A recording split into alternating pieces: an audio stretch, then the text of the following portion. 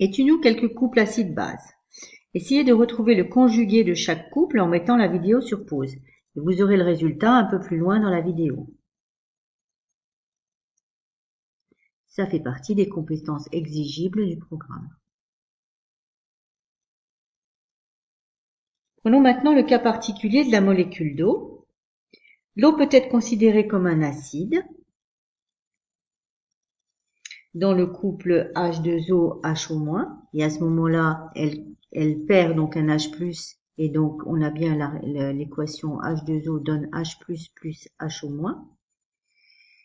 Et l'eau peut être considérée comme une base dans le couple H3O+, H2O. Et à ce moment-là, on a la réaction H3O+, donne H+, plus H2O. Donc, toutes les espèces de ce type, qui peuvent être donc acides et bases, sont dites sont des ampholites. Donc, ça, c'est le nom. Et l'adjectif, ce sont des espèces amphotères.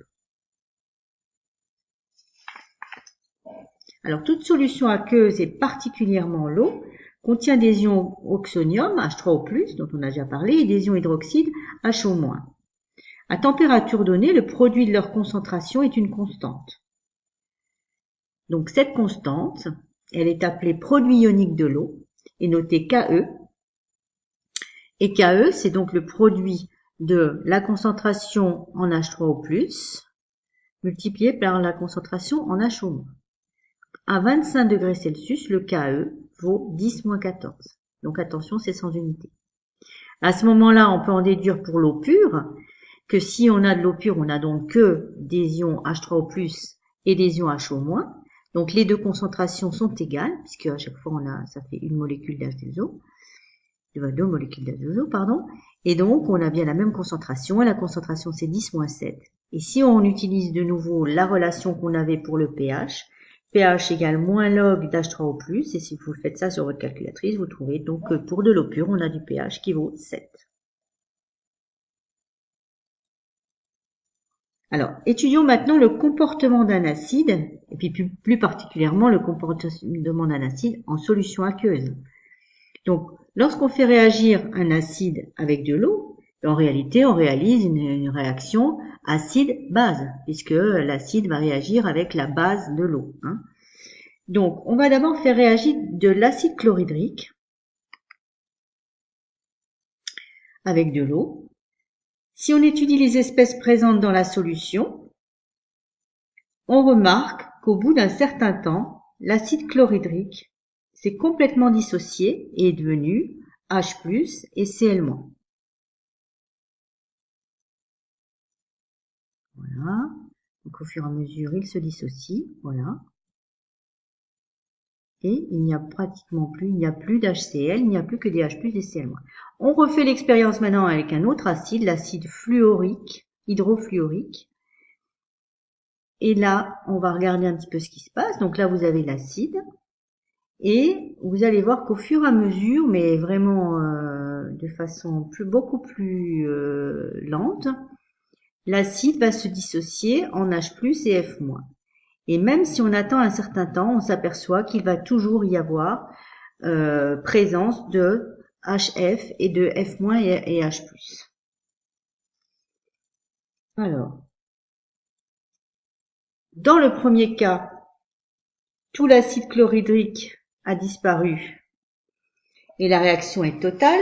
On dit, dans ce cas-là, qu'on a affaire à un acide fort. Lorsque on a, dans la deuxième équation, dans la deuxième réaction avec l'acide fluorique, on a la réaction est limitée, on a vu que la réaction s'arrête, et l'acide, on dit à ce moment-là que l'acide est faible. On peut alors écrire les équations des réactions, des acides avec l'eau. Donc dans le premier cas, on avait HCl, l'acide chlorhydrique, et donc qui réagit avec l'eau et qui va donner donc des ions H3O+ et des ions, alors H+ ou H3O+, c'est H+ avec de l'eau, H2O. Voilà. Et là, dans ce cas-là, comme la réaction est totale, on met une seule flèche, unique, qui indique que la réaction n'a lieu que dans un sens et elle est totale. Lorsqu'on a affaire à une réaction limitée, on va arriver à une espèce d'équilibre chimique. Et là, dans ce cas-là, on va écrire une double flèche.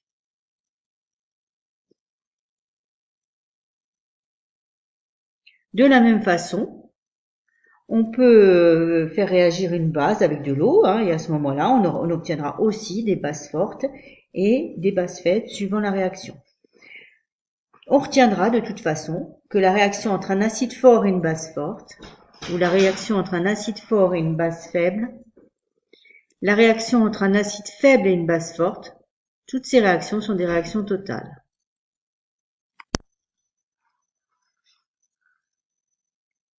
Alors, parmi les compétences exigibles au programme, on peut vous demander de calculer le pH d'un acide fort dont on vous a donné la concentration C. Donc, on écrira d'abord l'équation de la réaction. Donc, AH plus H2O donne, avec une seule flèche parce qu'on a un acide fort, H3O plus H-. Donc, on voit que l'acide, si la réaction est totale, un acide réagit avec de l'eau pour donner un ion H3O+, et un ion A-. Donc, on peut écrire que la réaction étant totale, la quantité de matière en acide est égale à la quantité de matière en ion oxonium. Alors, si on multiplie de chaque côté par un même volume, on a ici la formule de la concentration. Donc ça, c'est la concentration en acide qui va être C. Et ça, c'est la concentration en H3O+. Voilà. Donc maintenant, on passe à la relation qui permet de calculer le pH. pH égale moins log de la concentration en H3O+, et donc moins log de C. Cette relation permet aussi de dire si on a affaire à un acide fort. Donc si la relation est vérifiée, si vous avez bien le pH de votre solution qui est égal à moins log de la concentration, vous pouvez dire que vous avez un acide fort.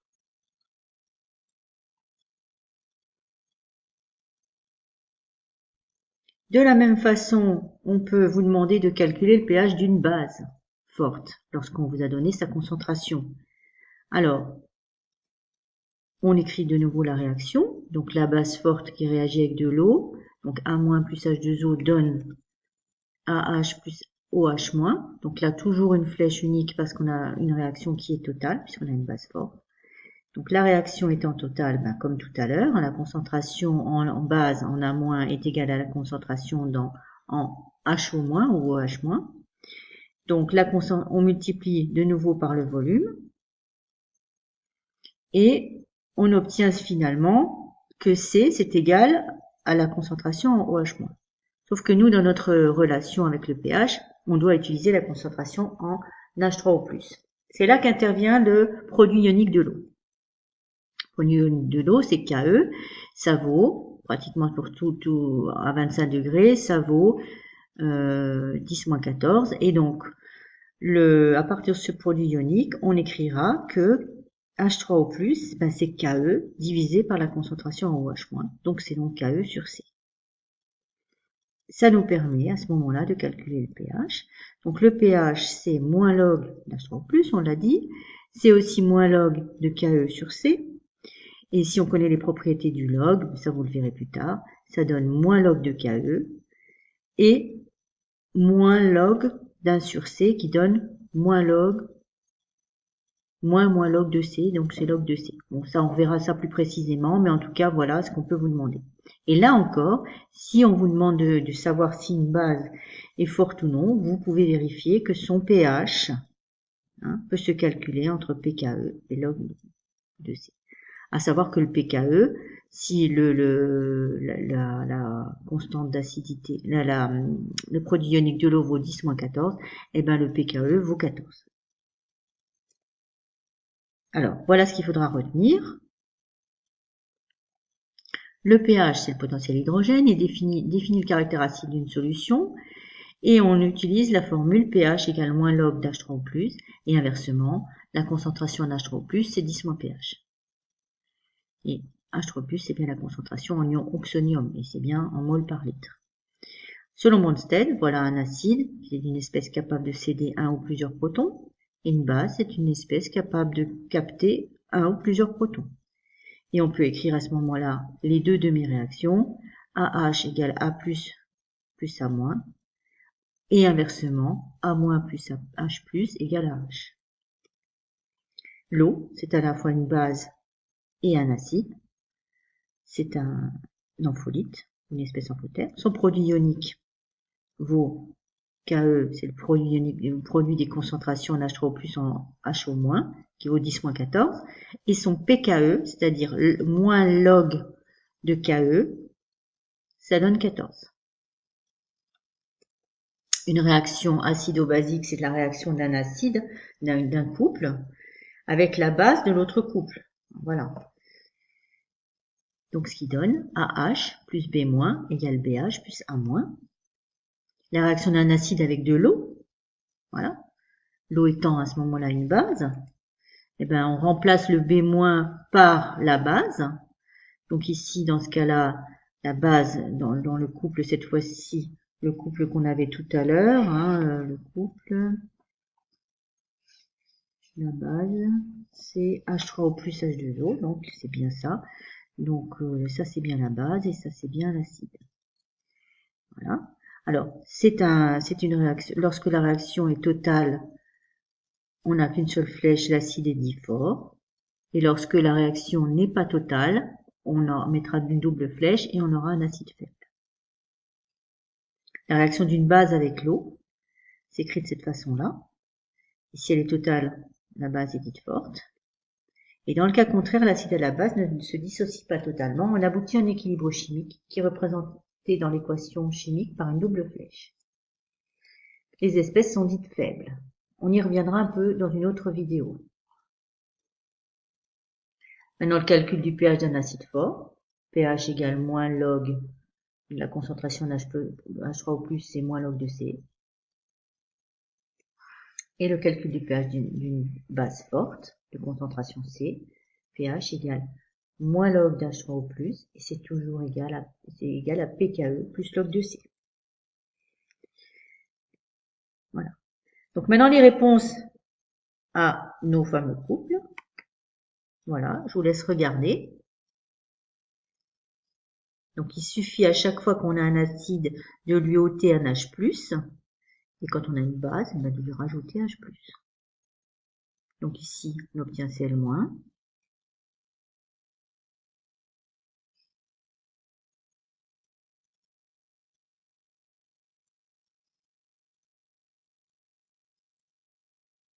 F-,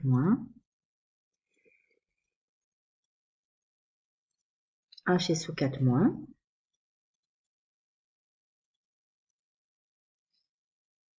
SO4-.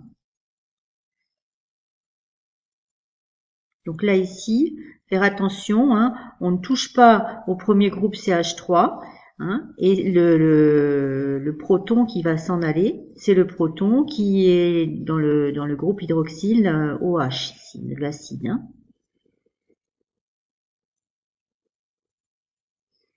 Ensuite, on cherche donc une base, et là, cette fois-ci, il faut ajouter un H+, donc on va avoir H+, donc H3O+, ici. Ici, c'est le deuxième couple de l'eau, donc on ôte, donc HO-. Donc HO-, là, on perd un H+, ben on obtient O2-. Ici, on gagne un H+, et attention, on va le mettre à la fin, hein, pour le relier à l'oxygène. Donc, HCOOH.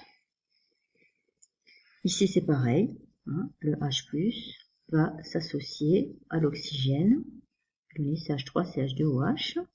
Et là, on a le couple avec l'ion ammonium et l'ammoniac, donc NH4+.